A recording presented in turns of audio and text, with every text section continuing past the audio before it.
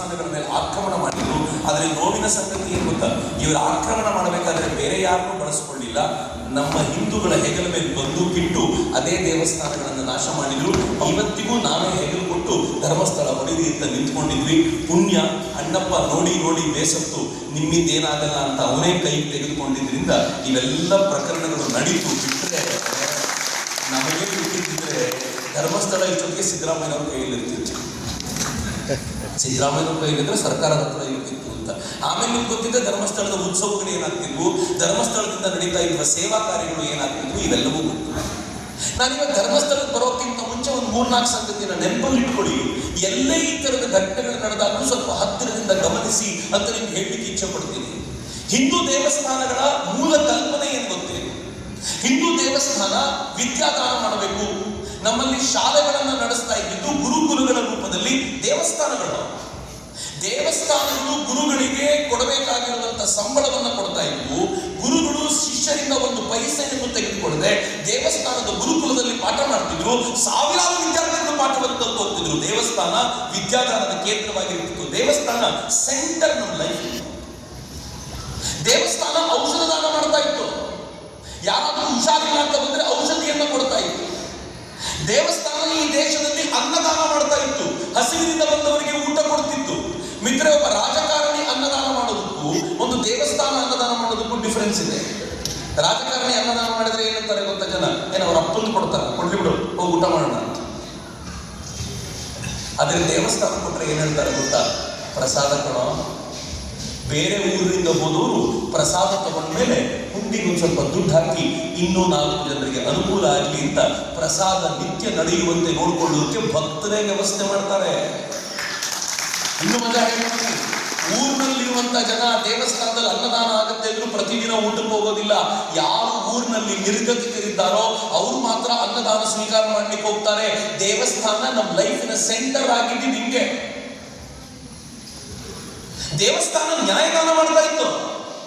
ಯಾರಾದ್ರೂ ದೇವಸ್ಥಾನಕ್ಕೆ ಹೋಗಿ ನನಗಿಂತ ಸಮಸ್ಯೆ ಆಗಿದೆ ಅಂತಂದ್ರೆ ದೇವರು ಮೈ ಮೇಲೆ ಬರ್ತಿತ್ತು. ಮೈ ಮೇಲೆ ಬಂದಾಗ ದೇವರು ನ್ಯಾಯ ಕೊಡ್ತಾ ಇತ್ತು.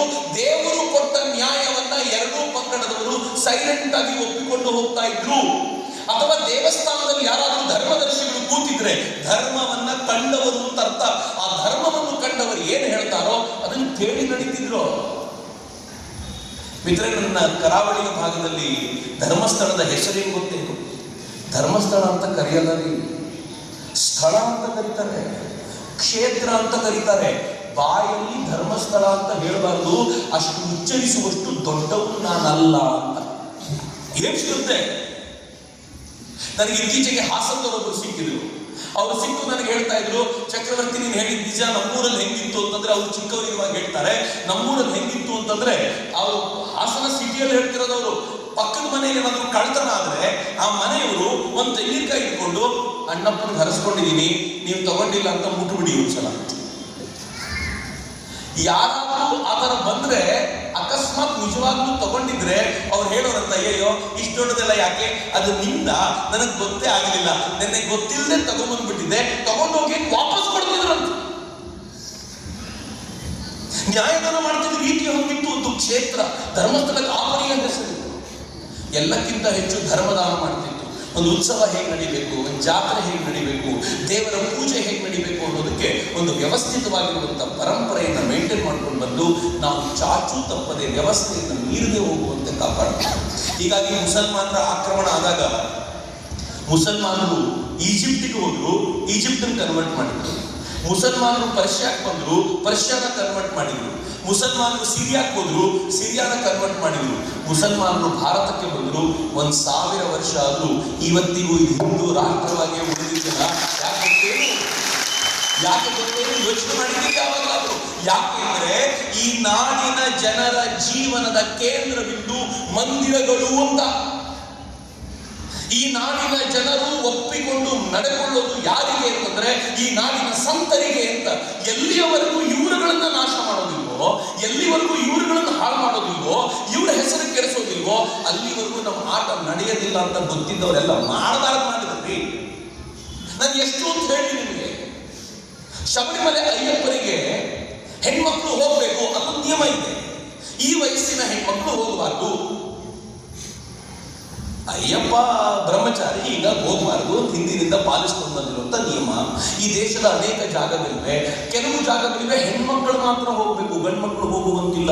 ಈ ದೇಶದಲ್ಲಿದೆ ಕೆಲವು ತೀರ್ಥಕ್ಷೇತ್ರಗಳು, ಈ ದೇಶದಲ್ಲಿದೆ ಕೆಲವು ಕಡೆ ಚಿಕ್ಕ ಮಕ್ಕಳು ಮಾತ್ರ ಹೋಗ್ತಾರೆ. ಎಲ್ಲೆಲ್ಲಿ ಸ್ಕಂದನ ದೇವಸ್ಥಾನ ಇದೆಯೋ ಅಲ್ಲಿ ಸಾಧಾರಣ ಹೆಣ್ಣು ಮಕ್ಕಳಿಗೆ ಪ್ರವೇಶ ಇಲ್ಲ ಅಂತ ಮಾಡಿದ್ದಾರೆ. ನಮ್ಮ ಪರಂಪರೆಯಲ್ಲಿ ನಡ್ಕೊಂಡು ಬಂದಿದ್ಯಪ್ಪ. ಇದ್ದಕ್ಕಿದ್ದಂತೆ ಒಂದು ಹೆಣ್ಮಗಳು ಬಂದು ಹೇಳ್ತಾಳೆ, ನಾನು ಹೋಗ್ತೀನಿ, ಅದು ಯಾರು ಕರೀತಾರೋ ನೋಡ್ತೀನಿ ಅಂತ. ಅವಳು ನುಗ್ತೀನಿ ಅಂತ ಹೋಗ್ತಾಳೆ. ಅದ್ರ ಬಗ್ಗೆ ಕೋರ್ಟಲ್ಲೆಲ್ಲ ಚರ್ಚೆ ನಡೆಯುತ್ತೆ, ವಿಚಾರಣೆಗಳು ನಡೀತವೆ. ವಿಚಾರಣೆ ಕೋರ್ಟ್ನಲ್ಲಿ ಕೇಸ್ ಹಾಕೋದು ಯಾರು ಅಂತ ಕೇಳಿದ್ರೆ 5 ಜನ ಹಿಂದೂ ಹೆಣ್ಮಕ್ಳು, 5 ಜನ ಹಿಂದೂ ಹೆಣ್ಮಕ್ಳು ಕೋರ್ಟ್ನಲ್ಲಿ ಕೇಸ್ ಹಾಕ್ತಾರೆ. ಯಾಕೆ ನಮಗೆ ಬಿಡೋದಿಲ್ಲ ಅಂತ. ಅವ್ರು ಕೇಸ್ ಹಾಕೋದು ಒಂದು ಸಂಘಟನೆಯ ಮೂಲಕ. ಆ ಸಂಘಟನೆ ಯಾವುದು ಅಂತ ನೋಡಿದ್ರೆ ಆ ಸಂಘಟನೆ ಕಟ್ಟಿದವನೊಬ್ಬ ಮುಸಲ್ಮಾನ. ನಮ್ಮ ಕಣ್ಣಿಗೆ ಕಾಣಲ್ಲ 5 ಜನ ಹಿಂದೂ ಹೆಣ್ಮಕ್ಳು, ಹಿಂದೆ ಇರೋ ಮುಸಲ್ಮಾನ್ ಕಾಣೋದೇ ಇಲ್ಲ. ನಾವು ಅನ್ಕೊಳ್ತೀವಿ ಹಿಂದೂಗಳ ಜೊತೆ ಫೈಟ್ ಮಾಡ್ತಿದ್ದಾರೆ. ಇಲ್ಲ ರೀ, ಹಿಂದೂಗಳ ಹಿಂದೆ ಒಬ್ಬ ಮುಸಲ್ಮಾನ ಕೂತಿರ್ತಾನೆ, ಒಬ್ಬ ಕ್ರಿಶ್ಚಿಯನ್ ಕೂತಿರ್ತಾನೆ, ಒಬ್ಬ ಲೆಫ್ಟ್ ಲಿಬರಲ್ ಕೂತಿರ್ತಾನೆ. ಇವ್ರು ಸೇರ್ಕೊಂಡು ವ್ಯವಸ್ಥಿತವಾಗಿ ಮಾಡ್ತಾರೆ. ನೆನ್ಪು ಮಾಡ್ಕೊಳ್ಳಿ, ಶನಿಶಿಂಗನಾಪುರಕ್ಕೆ ಭೂಮಾತಾ ಬ್ರಿಗೇಡ್ ಅಂತ ಒಂದು ಬ್ರಿಗೇಡ್ ಅನ್ನ ಕಟ್ಕೊಂಡು ಒಂದು ಹೆಣ್ಣು ಮಗಳು ನಾನು ಶನಿಶಿಂಗನಾಪುರಕ್ಕೆ ಎಂಟ್ರಿ ಮಾಡ್ತೀನಿ ಅಂತ ನುಗ್ಗುವಂತ ಪ್ರಯತ್ನ ಮಾಡಿದಾಗ ಎಷ್ಟು ದೊಡ್ಡ ಗಲಾಟೆ ಆಯ್ತು. ಏನು ಮಾಡ್ಕೊಳ್ಳಿಕ್ಕಾಗಲಿಲ್ಲ. ಆಕೆ ಹೇಳಿದಂತೆ ನಡೆಯಬೇಕಾದಂತ ಅನಿವಾರ್ಯತೆ ಬಂತು. ನೀವು ನೆನಪು ಮಾಡ್ಕೊಳ್ಳಿ, ಸದ್ಗುರು ಮೇಲೆ ಎಂತ ಆಕ್ರಮಣ ನಡೀತು, ಒಬ್ಬ ಸಂತರ ಮೇಲೆ ನಡೆದ ಆಕ್ರಮಣ. ಎಂತ ಆಕ್ರಮಣ ನಡೀತು ಸದ್ಗುರು ಮೇಲೆ ಅಂತಂದ್ರೆ, ಸದ್ಗುರು ಬಗ್ಗೆ ಆರೋಪ ಮಾಡ್ತಾ ಅವರಿಗೆ ತುಂಬಾ ಜನ ಜಗತ್ತಿನಿಂದೆಲ್ಲ ಈ ಯೋಗ ಕಲಿಲಿಕ್ಕೆ ಬರ್ತಿದ್ದಾರೆ, ಹಿಂದೂ ಧರ್ಮ ಅವ್ರ ತಲೆ ತುಂಬಿಸ್ಕೊಂಡು ಹೋಗ್ತಿದ್ದಾರೆ ಅಂತ ಗೊತ್ತಾದಾಗ ಸದ್ಗುರು ಬಗ್ಗೆ ಮಾಡಿದ ಆರೋಪ ಏನ್ ಗೊತ್ತಾ? ಸದ್ಗುರು ಕಿಡ್ನಿ ಕದೀತಾರೆ ಅಂತ. ಕಿಡ್ನಿ ಕದೀತಾರೆ ಅಂತ ಇವ್ರು ಹೇಳೋದಷ್ಟೇ ಅಲ್ಲ, ವಿದೇಶಿ ಪತ್ರಿಕೆಗಳಲ್ಲಿ ಬರೋ ಥರ ನೋಡ್ಕೊಂಡ್ರು. ವಿದೇಶದಿಂದ ಒಬ್ಬ ಪತ್ರಕರ್ತ ಒಂದ್ಸಲ ಫೋನ್ ಮಾಡ್ತಾನೆ, ಅವರೇ ಹೇಳ್ಕೊಳ್ತಾರೆ ಒಂದು ಫಂಕ್ಷನ್ ನಲ್ಲಿ. ಫೋನ್ ಮಾಡಿ ಕೇಳ್ತಾನೆ, ನೀವು ಕಿಡ್ನಿ ಕದೀತೀರಲ್ಲ, ಏನ್ ಧೈರ್ಯ ನೋಡಿ ಕೇಳಕ್ಕೆ, ನೀವು ಕಿಡ್ನಿ ಕದೀತೀರಲ್ಲ ಅದನ್ನ ಎಕ್ಸ್ಪೋರ್ಟ್ ಮಾಡ್ತೀರಾ ಹೆಂಗೆ? ಸದ್ಗುರು ಬಹಳ ಅದ್ಭುತವಾದ ವ್ಯಕ್ತಿ ಅವರು. ಅವ್ರು ಹೇಳಿದ್ರು, ನನಗೆ ಬೆಳಗ್ಗೆ ಬ್ರೇಕ್ಫಾಸ್ಟ್ಗೆ ಕಿಡ್ನಿಗಳು ಸಾಕಾಗೋದಿಲ್ಲ, ಇನ್ನು ಎಕ್ಸ್ಪೋರ್ಟ್ ಯಾವಾಗ ಮಾಡಲಿ ಅಂತ ಕೇಳಿದ್ರು. ಮುಂದಿನ ಮಾತಿಲ್ಲ ಅವರದ್ದು. ಮಿತ್ರ, ಸದ್ಗುರು ಮೇಲೆ ಆರೋಪಗಳು ಎಂತೆಂತವು ಗೊತ್ತಾ? ಅವರ ಆಶ್ರಮಕ್ಕೆ ಬಂದವರನ್ನ ರೇಪ್ ಮಾಡಲಾಗುತ್ತೆ ಅಂತ. ರವಿಶಂಕರ್ ಗುರೂಜಿಯವರ ಬಗ್ಗೆ ಜಮೀನಿನ ಕಳ್ಳರು ಅಂದ್ರಲ್ಲ, ಎಷ್ಟು ವ್ಯವಸ್ಥಿತವಾಗಿ ಷಡ್ಯಂತ್ರವನ್ನ ಮಾಡಿ ಯಾರ್ಯಾರು ಈ ದೇಶದ ಸಂತರು ಜಗದ್ವ್ಯಾಪಿಯಾಗಿ ಬೆಳೀತಾ ಇದ್ದಾರೋ, ಹಿಂದೂ ಧರ್ಮದ ಪ್ರಭಾವವನ್ನು ಜಗತ್ತಿಗೆ ಮುಟ್ಟಿಸುವಂತ ಪ್ರಯತ್ನ ಮಾಡ್ತಿದ್ದಾರೋ ಅವರೆಲ್ಲರ ಮೇಲೂ ಕೆಸರೆರಚುವಂತ ಪ್ರಯತ್ನ ನಾವು ಅದನ್ನು ನೋಡ್ತಿರ್ತೀವಿ. ಅದು ನ್ಯೂಯಾರ್ಕ್ ಟೈಮ್ಸ್ ಅಂತ ಬಂದಿದೆ, ಹೀಗಾಗಿ ಸತ್ಯ ಇರಬೇಕು ಅಂತ. ಕಳ್ಳರ ಪತ್ರಿಕೆ ಅಲ್ವಾ? ಭಾರತದ ಬಗ್ಗೆ ಒಂದಿನ ಒಳ್ಳೆ ಮಾತು ಬರ್ದಿಲ್ಲ. ಅದು BBC ಅಲ್ಲಿ ಬಂದಿದೆ, ಅದಕ್ಕೆ ಸತ್ಯ ಇರಬಹುದು ಅಂತ. ಅಲ್ ಜಜೀರಾ ಬರೆದುಬಿಟ್ಟಿದೆ, ಅದಕ್ಕೆ ಸತ್ಯ ಅಂತ. ಯಾಕೆ ಹೇಳ್ತಿದ್ದೀನಿ ಗೊತ್ತಾ? ಧರ್ಮಸ್ಥಳದ ಪ್ರಕರಣದ ಕುರಿತಂತೆ ಮೊದಲಿಗೆ ಅಂತಾರಾಷ್ಟ್ರೀಯ ಮೀಡಿಯಾದಲ್ಲಿ ವರದಿ ಮಾಡಿದ್ದು ಅಲ್ ಜಜೀರಾ. ಕಳೆದ 2 ತಿಂಗಳ ಹಿಂದೆ ಅಲ್ ಜಜೀರಾ ಅನ್ನುವಂತ ಪತ್ರಿಕೆ ರಿಪೋರ್ಟ್ ಮಾಡುತ್ತೆ. ರಿಪೋರ್ಟ್ ಮಾಡಿ ಹೇಳುತ್ತೆ, ಧರ್ಮಸ್ಥಳದಲ್ಲಿ ಸಾವಿರಾರು ಹೆಣ್ಣು ಮಕ್ಕಳ ಅತ್ಯಾಚಾರ ಆಗಿದೆ. ಅಲ್ ಜಜೀರಾ ಅನ್ನುವಂತ ಒಂದು ಮುಸ್ಲಿಂ ಪತ್ರಿಕೆ ಧರ್ಮಸ್ಥಳದ ಬಗ್ಗೆ ವರದಿ ಮಾಡುತ್ತೆ. ಧರ್ಮಸ್ಥಳದಲ್ಲಿ ಸಾವಿರಾರು ಹೆಣ್ಣು ಮಕ್ಕಳ ಅತ್ಯಾಚಾರ ಆಗಿದೆ. ಅತ್ಯಾಚಾರ ನಡೆಸಿದಂತವರು ಧರ್ಮಸ್ಥಳವನ್ನು ನೋಡಿಕೊಳ್ಳುವಂತ ಪ್ರಮುಖರು, ಅವರು ಅಲ್ಲೇ ಹೂತಿದ್ದಾರೆ. ಅದನ್ನ ಹಾಗಂತ ಅಲ್ಲಿನ ಜನ ಗಲಾಟೆ ಮಾಡ್ತಿದ್ದಾರೆ ಎಂದು ರಿಪೋರ್ಟ್ ಮಾಡುತ್ತೆ. ಅಲ್ ಜಜೀರಾ ಮಾಡಿದ ಈ ರಿಪೋರ್ಟ್ ಅನ್ನು ತೆಗೆದುಕೊಂಡು BBC ತಾನೊಂದು ರಿಪೋರ್ಟ್ ಮಾಡುತ್ತೆ. ಈಗ ಅಮೆರಿಕಾದಲ್ಲಿ ಕೂತಿರುವಂತ 10 ವರ್ಷದ 12 ವರ್ಷದ ಒಬ್ಬ ಹಿಂದೂ ಹುಡುಗನಿಗೆ ಈ ಪತ್ರಿಕೆ ಓದ್ತಾ ಏನ್ ಅನ್ಸುತ್ತೆ ಹೇಳಿ? ನಾನು ಊರಿಗೆ ಹೋದಾಗ ನಮ್ಮ ಅಪ್ಪ ಅಮ್ಮ ಧರ್ಮಸ್ಥಳ ಅಂತ ಕರ್ಕೊಂಡು ಹೋಗ್ತಾರೆ, ಅಲ್ಲಿ ನೋಡು ಎಷ್ಟು ಕಚಡ ಕೆಲಸ ಮಾಡ್ತಾರೆ ಇವರು ಅಂತ. ಆಯ್ತಾ, ಒಂದು ಹಂತ ಓಕೆ ಮಾಡಿದ್ರೆ ಓಕೆ. ಈಗೇನಾಯ್ತು? ಇದೆಲ್ಲ ಬುರ್ಡೆ ಪ್ರಕರಣ ಅಂತ ಆಯ್ತು. ಅಲ್ ಜಜೀರಾ ಬರೆದಿಲ್ಲ, BBC ಬರೆದಿಲ್ಲ. ನಾವೆಲ್ಲರೂ ಏನ್ ಸಪೋರ್ಟ್ ಮಾಡಿದ್ವಲ್ಲ ಬುರ್ಡೆ ಗ್ಯಾಂಗಿಗೆ, ನಾವೆಲ್ಲರೂ ಏನ್ ಸಪೋರ್ಟ್ ಮಾಡಿದೀವಿ ಗೊತ್ತಾ? ಜಗತ್ತಿನ ವೇದಿಕೆಯ ಮೇಲೆ ಹಿಂದೂ ಧರ್ಮದ ಮೇಲೆ ಆಘಾತ ಮಾಡಲಿಕ್ಕೆ ಬೇಕಾಗಿರುವ ಕೊಡಲಿ ಪೆಟ್ಟಿನಲ್ಲಿ ನಾನು 4 ಪೆಟ್ಟು ಹಾಕ್ತೀನಿ. ನಾವ್ಯಾರು ಪ್ರಶ್ನೆ ಮಾಡಲಿಲ್ಲ, ನಾವೆಲ್ಲ ಸೈಲೆಂಟ್ ಆಗಿದ್ವಿ. ಮಿತ್ರ, ನಮ್ಗೆ ಗೊತ್ತಿದೆ ಅನೇಕರಿಗೆ ಪ್ರಕರಣ ಏನು ಅಂತಾನೆ ಗೊತ್ತಿಲ್ಲ. ಎಲ್ರಿಗೂ ಗೊತ್ತಿರೋದು ಇಷ್ಟೇ, ಸೌಜನ್ಯ ಅನ್ನುವಂತ ಒಂದು ಹೆಣ್ಣು ಮಕ್ಕಳ ರೇಪ್ ಮತ್ತು ಮರ್ಡರ್ ಆಯ್ತು. ಅದನ್ನು ಧರ್ಮಸ್ಥಳದವರೇ ಮಾಡಿರೋದು.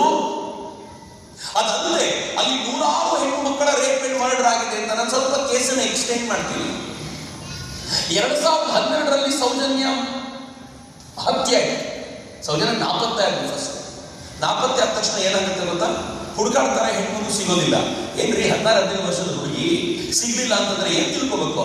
ತಕ್ಷಣ ಅವ್ರ ತಂದೆ ತಾಯಿ ಏನ್ ಮಾಡ್ತಾರೆ, ವೀರೇಂದ್ರ ಹೆಗಡೆ ಅವ್ರ ಬಳಿ ಬಂದು ಕೇಳ್ಕೊಳ್ತಾರೆ, ನಮ್ಮ ಹೆಣ್ಮಗಳಿಗೆ ಆಗಿದೆ, ದಯವಿಟ್ಟು ನೋಡಿ ಅಂತ. ಅವ್ರ ಸ್ಟೇಷನ್ಗೆ ಫೋನ್ ಮಾಡ್ತಾರೆ, ನಮ್ಮ ಹುಡುಗಿ ಸ್ವಲ್ಪ ಹುಡುಕಾಡ್ರಪ್ಪ ಅಂತ ಹೇಳ್ತಾರೆ. ರಾತ್ರಿ ಇಡೀ ಸಿಗೋದಿಲ್ಲ, ಬೆಳಗ್ಗೆ ಅವ್ರ ಬಾಡಿ ಸಿಗುತ್ತೆ. ಸಿಕ್ಕಾಗ ಗಾಬರಿ ಆಗುತ್ತೆ ಇಡೀ ಊರಿನ ಜನಕ್ಕೆ. ಯಾಕೆಂದ್ರೆ ರೇಪ್ ಆಗಿರುವಂತ ವ್ಯವಸ್ಥೆಯಲ್ಲಿ ಆ ಬಾಡಿ ಸಿಗುತ್ತೆ. ಗಾಬರಿಯಾಗಿ ಅದನ್ನ ಪೊಲೀಸ್ ಸ್ಟೇಷನ್ಗೆ ತೆಗೆದುಕೊಂಡು ಹೋಗ್ತಾರೆ, ಪೋಸ್ಟ್ ಮಾರ್ಟಮ್ ಮಾಡ್ತಾರೆ. ಊರಿನಲ್ಲಿ ಗಲಾಟೆ ಜೋರಾಗುತ್ತೆ. ಅವಳ ಬಾಡಿ ಮೊದಲು ನಮಗೆ ಪೋಸ್ಟ್ ಮಾರ್ಟಮ್ ಎಲ್ಲ ಬೇಕಾಗಿಲ್ಲ ಅಂತ ಜನ ಕೂಗಾಡ್ತಾರೆ. ಕೊನೆಗೆ ತಗೊಂಡೋಗಿ ಆ ತಂದೆ ತಾಯಿ ಮತ್ತೆ ಬಂದಾಗ ವೀರೇಂದ್ರ ಹೆಗಡೆ ಏನ್ ಮಾಡ್ತಾರೆ ಗೊತ್ತಾ? ಈ ತರದ ಪ್ರಕರಣಗಳು ನಡೆದಿಲ್ಲ ನಮ್ಮಲ್ಲಿ. ಈ ಪ್ರಕರಣದ ಆಳಕ್ಕೆ ಹೋಗಿ ಇದರ ಹಿಂದೆ ಇರೋರು ಯಾರು ಅಂತ ಗೊತ್ತಾಗಬೇಕು ಅಂತ ಅವತ್ತಿನ ಗೃಹ ಸಚಿವರಿಗೆ ಕಾಲ್ ಮಾಡ್ತಾರೆ. ನಾನು ಗೃಹ ಸಚಿವರು ಯಾವ ಅಂತ ಬೇಕಿದ್ರು ಹೇಳಬಲ್ಲೆ, ಬಟ್ ಅಗತ್ಯ ಇಲ್ಲ ಅನ್ನೋ ಕಾರಣ ಸುಮ್ಮನಿದ್ದೀನಿ. ಗೃಹ ಸಚಿವರಿಗೆ ಫೋನ್ ಮಾಡ್ತಾರೆ. ಗೃಹ ಸಚಿವರು ಹೇಳ್ತಾರೆ, ಆಯ್ತು ಇದನ್ನು ಬಹಳ ಬೇಗ ನಾವು ಇದನ್ನು ಇತ್ಯರ್ಥ ಮಾಡೋ ಪ್ರಯತ್ನ ಮಾಡ್ತೀವಿ ಅಂತ ಫುಲ್ ಪ್ರೆಷರ್ ಪೊಲೀಸರ ಮೇಲೆ. ಅದಾದ ಒಂದು ದಿನಕ್ಕೆ ಸರಿಯಾಗಿ ಯಾರು ರೇಪ್ ಮಾಡಿದ್ರು ಅವ್ರು ಸಿಕ್ಕಾಕೊಳ್ತಾರೆ. ಸಂತೋಷ್ ರಾವ್ ಅಂತ ಅವನ ಹೆಸರು. ನಾನು ಯಾರನ್ನು ಹಿಡ್ಕೊಂಡು ಬಂದ್ರು ಪೊಲೀಸ್, ಆ ಹಿಡ್ಕೊಂಡು ಬಂದ ಪೊಲೀಸರನ್ನ ಪ್ರತ್ಯಕ್ಷ ಮಾತನಾಡಿಸ್ತೀನಿ. ಅದಕ್ಕೋಸ್ಕರ ಧೈರ್ಯವಾಗಿ ಹೇಳ್ತೀನಿ. ನಾನು ಯಾಕೆ ಈ ಸತ್ಯದ ಪರವಾಗಿ ಧೈರ್ಯವಾಗಿ ನಿಂತಿದ್ದೀನಿ ಅಂತಂದ್ರೆ, ಮತ್ತೊಬ್ರು ಯಾರು ಹೇಳಿದ ಕಥೆಯನ್ನು ಕೇಳ್ಕೊಂಡು ಮಾತನಾಡ್ತಿಲ್ಲ, ಪ್ರತ್ಯಕ್ಷ ನಾನು ಭೇಟಿ ಮಾಡಿದ್ದೀನಿ ಅವರು ನನ್ನ ಕಾರಣಕ್ಕೆ ಹೇಳ್ತಿದ್ದೀನಿ. ಆ ಪೊಲೀಸ್ ಅವರನ್ನು ಎಳ್ಕೊಂಡು ಬರ್ತಾರೆ. ಎಳ್ಕೊಂಡು ಬಂದು ಆ ಪೊಲೀಸ್ ಹೇಳ್ತಾರೆ, ಚೆಡ್ಡಿ ಬೀಚ್ ನೋಡಿದ್ದೀನಿ. ತುಂಬಾ ಜನ ಹೆಣ್ಮಕ್ಳಿದ್ದೀರಿ, ದಯವಿಟ್ಟು ಕ್ಷಮಿಸಿ, ನನಗೆ ಅನಿವಾರ್ಯ. ಇದನ್ನ ಸಮೀರ್ ಹೇಳಿದಾಗ ನೀವು ಕೇಳಿದ್ದೀರಾ, ಗಿರೀಶ್ ಮಟ್ಟಣ್ಣ ಹೇಳಿದಾಗ ಕೇಳಿದ್ದೀರಾ, ಹೀಗಾಗಿ ನಾನು ಒಂದು ಹೇಳ್ತೀನಿ, ಕೇಳಿಸ್ಕೊಂಡು. ಚೆಡ್ಡಿ ಬೀಚ್ ನೋಡಿದಾಗ ಅವ್ನು ಹೇಳ್ತಾನೆ, ಅವರಿಗೊಂದು ಕೆಟ್ಟ ರೋಗ ಇತ್ತು, ಫೆಮೋಸಿಸ್ ಅಂತ. ಫೆಮೋಸಿಸ್ ಅಂದ್ರೆ ಏನು ಅಂತ ಸ್ವಲ್ಪ ಗೂಗಲ್ ಸರ್ಚ್ ಮನೆಗೆ ಹೋದ್ಮೇಲೆ ಮಾಡಿ, ನನಗೆ ಅದನ್ನು ಎಕ್ಸ್ಪ್ಲೈನ್ ಮಾಡ್ಲಿಕ್ಕೆ ಆಗೋದಿಲ್ಲ. ಆ ರೋಗ ಇತ್ತು, ಹೀಗಾಗಿ ಅವನಿಗೆ ರೇಪ್ ಮಾಡ್ಲಿಕ್ಕೆ ಆಗಲಿಲ್ಲ, ಪೆನೆಟ್ರೇಟ್ ಮಾಡ್ಲಿಕ್ಕೆ ಆಗಲಿಲ್ಲ. ಕೋಪಿಸ್ಕೊಂಡು ಅವನು ಮರಣವನ್ನೆಲ್ಲ ಅವಳ ಬಾಡಿ ಮೇಲೆ ಮುಚ್ಚಿ ಅವಳು ಹಾಕಿದ ಐಡಿಯಿಂದ ಅವಳನ್ನು ಕೊಂದಿದ್ದಾನೆ ಅನ್ನೋ ವಿಚಾರವನ್ನೆಲ್ಲ ಅವನಿಗೆ ಗೊತ್ತಾಯ್ತು. ಕೊನೆಗೆ ಅವನು ಒಪ್ಕೊಂಡು ತಾನೇ ತನ್ನ ಸ್ವಹಸ್ತದಿಂದ ಎಲ್ಲವನ್ನು ಬರ್ಕೊಟ್ಟ ಮೇಲೆ ಪೊಲೀಸರಿಗೆ ಸಮಾಧಾನ ಇದೆ, ಹಬ್ಬ ಸಿಕ್ಕಾಕೊಂಡಪ್ಪ ಅಂತ. ಪೊಲೀಸರಿಗೆ ಅಷ್ಟೇ. ಸಿಕ್ಕಾಕೊಂಡ ನಂತರ ಒಂದು ಕೆಲಸ ಮುಗೀತು ಅಂತ ಅವ್ರು ಅದನ್ನು ಒಳಗೆ ಹಾಕಿದ್ರು. ಅದ್ರ ಮೇಲೆ ವಿಚಾರಣೆ ನಡೀತು. ಅವತ್ತಿನವರೆಗೂ ಯಾರಿಗೂ ಸಮಸ್ಯೆ ಇರಲಿಲ್ಲ. ಅವನ ಮೇಲೆ ವಿಚಾರಣೆಗೆ ಅಂತ ಮುಂದಕ್ಕೆ ಹೋಯ್ತು. 1 ವರ್ಷದ ನಂತರ ಇನ್ಫ್ಯಾಕ್ಟ್ ಕೀರ್ತಿ ಅದನ್ನು ನೆನಪಿಸ್ಕೊಟ್ಟ. ಅವತ್ತಿನ ದಿನ ಇದೇ ಮಹೇಶ್ ಶೆಟ್ಟಿ ನೋಡಿ ಅವನನ್ನು ಆಚೆ ಕಳಿಸಿ ಈಗ ಅವನನ್ನು ಸಾಯಿಸ್ತೀನಿ ನಾನು ಅಂತ ತುಂಬಾ ಗಂಭೀರವಾಗಿ ಮಾತನಾಡಿದವನು. ಅದಾದ ಸ್ವಲ್ಪ ದಿನಗಳ ನಂತರ ಹೆಂಗೆ ರಿವರ್ಸ್ ಹೊಡೆದ ಅಂತಂದ್ರೆ, ನನಗೆ ಜೈಲಿನಲ್ಲಿದ್ದಾಗ ಅವನು ಕೆಲವರ ಹತ್ರ ಹೇಳ್ಕೊಂಡಿದ್ದಾನೆ, ನಾನು ಒಬ್ಬನೇ ಮಾಡಿದ್ದಲ್ಲ, ಜೊತೆ 4 ಜನ ಇದ್ರು. ಚೇಂಜ್ ಗಮನಿಸಿದ್ದೀರಾ? ಮೊದಲು ಇವನೇ ಮಾಡ್ದ, ಸಿಕ್ಕಿದ್ರೆ ಸುಟ್ಬಿಡ್ತೀನಿ ಅಂದವರು. ಇವನೊಬ್ಬನೇ ಅಲ್ಲ, ಜೊತೆ 4 ಜನ ಸೇರ್ಕೊಂಡು ಮಾಡಿದೀನಿ ಅಂತ ಹೇಳ್ದ ಅಂತ. ಅವನೇ ಜೊತೆ 4 ಜನರ ಜೊತೆ ಸೇರ್ಕೊಂಡು ಮಾಡಿದೀನಿ ಅಂತ ಆದ್ರೆ ಅವನೇ ನಿರಪರಾಧಿ ಆಗ್ತಾನೆ. 4 ಜನರ ಜೊತೆಗೆ ಇವನು ಕೂಡ ಅಪರಾಧಿ. ಇವರೆಲ್ಲ ಹೆಂಗ್ ಮಾಡಿದ್ದಾರೆ ಅಂತಂದ್ರೆ, ಇವನು ಅಪರಾಧಿನೇ ಅಲ್ಲ, ಉಳಿದ 4 ಮಾತ್ರ. ಉಳಿದ 4 ಯಾರು ಅಂತ ಗೊತ್ತೇ ಇಲ್ಲ. ಉಳಿದ 4 ಮಾತ್ರ ಅಪರಾಧಿ ಅಂತ ಸೆಪರೇಟ್ ಮಾಡ್ಲಿಕ್ಕೆ ಪ್ರಯತ್ನ ಪಟ್ಟರು. ಫೈನ್, ಅಲ್ಲಿಗೂ ಬಿಡ್ತೀನಿ. 2013ನಲ್ಲಿ ಇವರೊಂದು ಖಾಸಗಿ ಟಿವಿ ಚಾನಲ್ಗೆ ಒಂದು ಸಂದರ್ಶನ ಕೊಡ್ತಾರೆ. ಆ ಸಂದರ್ಶನದಲ್ಲಿ ಹೇಳಿದ್ರಲ್ಲ, ಅಣ್ಣಪ್ಪ ಸ್ವಾಮಿ ಅವರಿಗೆ ಬಂದು ಹೇಳಿದ 4 ಜನರ ಹೆಸರನ್ನ. ಆ 4 ಜನರಲ್ಲಿ ಒಬ್ಬ ಯಾರು ಅಂತ, ವೀರೇಂದ್ರ ಹೆಗಡೆಯವರ ತಮ್ಮನ ಮಗ. ಏನ್ ವ್ಯವಸ್ಥಿತವಾಗಿರುವಂತ ಸಂಚು ನೋಡಿ. ಮೊದಲು ಆ ಫ್ಯಾಮಿಲಿಯಿಂದ ಒಬ್ಬನ್ನು ಕರ್ಕೊಂಡು ಬಂದು ಇವನು ಇದಕ್ಕೆ ಕಾರಣ ಅಂತ.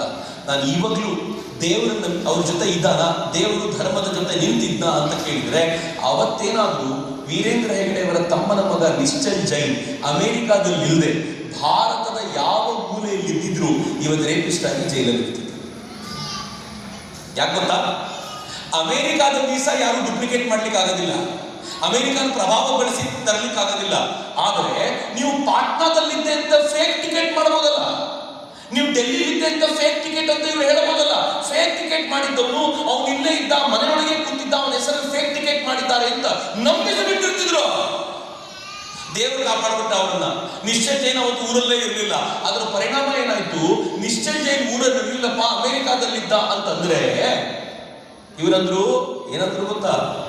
ನೀವು ನಂಬಲ್ಲ ಹೇಳಿದ್ರೆ ಅಥವಾ ನೀವು ನಂಬಿದ್ದೀರಾ ಹೇಳಕ್ಕೆ ನನಗೆ ಏನಂದ್ರು ಗೊತ್ತಾ? ಇದ್ರು ಮಹೇಶ್ ಶೆಟ್ಟಿ ತಿಮ್ರೋಡಿ ಗ್ಯಾಂಗ್ ಅವ್ರು ಹೇಳಿದ್ರು, ನಿಶ್ಚಲ್ ಜೈನ್ ಅಮೆರಿಕಾದಲ್ಲಿದ್ದ ನಿಜ, ಆದರೆ ಈ ರೇಪ್ ಮಾಡಲಿಕ್ಕೆ ಅಂತ ಹೆಲಿಕಾಪ್ಟರ್ ಅಲ್ಲಿಂದ ಇಲ್ಲಿ ಬಂದು ರೇಪ್ ಮಾಡಿ ಸಾಯಿಸಿ ವಾಪಸ್ ಹೋದ. 7,000 ಕಿಲೋಮೀಟರ್ಸ್ ಅಮೆರಿಕದಿಂದ ಧರ್ಮಸ್ಥಳಕ್ಕೆ ಬರಕ್ಕೆ 7,000 ಕಿಲೋಮೀಟರ್ ಟ್ರಾವೆಲ್ ಮಾಡುವಂತ ಹೆಲಿಕಾಪ್ಟರ್ ಇನ್ನೂ ಜಗತ್ತಲ್ಲಿ ರೆಡಿನೇ ಆಗಿಲ್ಲ. ಮಧ್ಯದಲ್ಲಿ ರೀಫ್ಯೂಲಿಂಗ್ ಆಗ್ಬೇಕು, ಅದಕ್ಕೆ ಅಷ್ಟು ಡಿಸ್ಟೆನ್ಸ್ ಕವರ್ ಮಾಡೋದಿಲ್ಲ. ಅಂಥದ್ರಲ್ಲಿ ಅವನು ಹೇಳಿದ ಹೆಲಿಕಾಪ್ಟರ್ ಬಂದು ಇಲ್ಲಿ ರೇಪ್ ಮಾಡಿ ಯಾವ ಸಾರಿ ಟು ಸೇ ವಿಕೃತ ಕಾಮಿಯೊಬ್ಬರು ಈ ತರ ಮಾಡಿದ. ಅಥವಾ ಆ ನಿಶ್ಚಲ್ ಜೈನ್ಗೆ ಆ ಸೌಜನ್ಯ ಫ್ಯಾಮಿಲಿ ಮೇಲೆ ಪರಂಪರೆಯಿಂದ ಬಂದಿರುವಂತ ಏನೋ ದ್ವೇಷ ಇರಬೇಕು. ಯಾವ ದ್ವೇಷ ರೀ, ಆ ಫ್ಯಾಮಿಲಿ ಯಾವುದು ಅಂತಾನೆ ಗೊತ್ತಿರಲಿಲ್ಲ ಅವ್ರಿಗೆ. ಇದಾಗುವವರೆಗೂ ಆ ಹೆಣ್ಣು ಮಗಳ ಅತ್ಯಾಚಾರ ಮಾಡ್ಲಿಕ್ಕೆ ಅಲ್ಲಿಂದ ಬಂದ್ರು ಅಂತ ಜೊತೆಗೆ 3 ಜನರನ್ನು ಸೇರಿಸಿದ್ರು. ಆ 3 ಜನ ಯಾರು ಅಂದ್ರೆ ಒಬ್ರು ಆಟೋ ಡ್ರೈವರು, ಮತ್ತೊಬ್ಬ ಪಾಪ ಇವ್ರಿಗೆ ಫ್ರೆಂಡ್ಶಿಪ್ಪೇ ಇಲ್ಲ, ಒಬ್ರಿಗೊಬ್ರು ಫ್ರೆಂಡ್ಶಿಪ್ಪೇ ಇಲ್ಲ ಒಬ್ರಿಗೊಬ್ರು 3 ಜನರನ್ನು ಹೆಂಗ್ ಸೇರಿಸಿದ್ರು ಗೊತ್ತಾ? ಒಂದೇ ಕಮ್ಯುನಿಟಿಗೆ ಸೇರಿದ 3 ಜನ ಒಂದು ಕಮ್ಯುನಿಟಿಯ ಹೆಣ್ಣು ಮಗಳ ಮೇಲೆ ಅತ್ಯಾಚಾರ ಮಾಡಿದ್ದಾರೆ. ಹೀಗಾಗಿ ಈ ಕಮ್ಯುನಿಟಿಯ ವಿರುದ್ಧ ಎದ್ದು ನಿಂತರೆ ದೊಡ್ಡ ಗಲಾಟೆ ಆಗುತ್ತೆ. ಜೈನ ಕಮ್ಯುನಿಟಿಯ ನಂಬರ್ ತುಂಬಾ ಕಡಿಮೆ ಇರೋದ್ರಿಂದ ಈ ದೊಡ್ಡ ಕಮ್ಯುನಿಟಿ ಜನ ಅವ್ರ ಮೇಲೆ ಮುಗಿಬಿದ್ರೆ ಅಲ್ಲಿಗೆ ಕತೆ ಮುಗಿಯಿತು. ಜಾತಿಯನ್ನು ಹೆಂಗ್ ಬಳಸ್ಕೊಂಡ್ಬಿಟ್ರು? ನಾವು ಏನು ಕಡಿಮೆ ಇಲ್ಲ. ಮೊನ್ನೆ ಒಬ್ಬ ನನಗೆ ಒಂದು ಡಿಬೇಟ್ ಅಲ್ಲಿ ಕೇಳ್ತಾನೆ ಪ್ರಶ್ನೆ, ಧರ್ಮಸ್ಥಳದಲ್ಲಿ ಶಿವನ ಪಕ್ಕದಲ್ಲಿ ಇಲ್ಲ, ಗುಡ್ಡದ ಮೇಲೆ ನಿಲ್ಸಿರೋದು, ಬಾಹುಬಲಿಯನ್ನು ನಿಲ್ಸಿರೋದು ನಮ್ಗೆ ಇಷ್ಟ ಆಗೋದಿಲ್ಲ. ಶಿವನ ಮಂದಿರವನ್ನ ಜೈನರು ನೋಡ್ಕೊಳ್ಳೋದು ನನಗೆ ಇಷ್ಟ ಆಗೋದಿಲ್ಲ. 2015ರಿಂದ 2025 ನಡುವೆ 10 ವರ್ಷಗಳಲ್ಲಿ ವೀರೇಂದ್ರ ಹೆಗ್ಗಡೆ ಇವರು ಈ ನಾಡಿನ 12,000ಕ್ಕೂ ಹೆಚ್ಚು ದೇವಸ್ಥಾನಗಳಿಗೆ 175 ಕೋಟಿ ರೂಪಾಯಿ ಅನುದಾನ ಕೊಟ್ಟರು. ಆಗ ಜೈನರಾಗಿರ್ಲಿಲ್ವಾ? ಮಿತ್ರ, ವೀರೇಂದ್ರ ಹೆಗ್ಗಡೆ ಅವರು ತಮ್ಮ ಧರ್ಮೋತ್ಥಾನ ಟ್ರಸ್ಟ್ ನ ಮೂಲಕ 400ಕ್ಕೂ ಹೆಚ್ಚು ದೇವಸ್ಥಾನಗಳ 400ಕ್ಕೂ ಹೆಚ್ಚು ಪಾಳು ಬಿದ್ದ ದೇವಸ್ಥಾನಗಳನ್ನ ಒಂದೊಂದು ಕಲ್ಲನ್ನು ಮತ್ತೆ ಜೋಡಿಸಿ 400ಕ್ಕೂ ಹೆಚ್ಚು ಹಿಂದೂ ದೇವಸ್ಥಾನಗಳನ್ನ ಮತ್ತೆ ನಿರ್ಮಾಣ ಮಾಡಿಕೊಟ್ಟಿದ್ದಾರೆ. ಅವತ್ತು ಜೈನ ಅನ್ನಿಸ್ತಿಲ್ವಾ? ಇವತ್ತು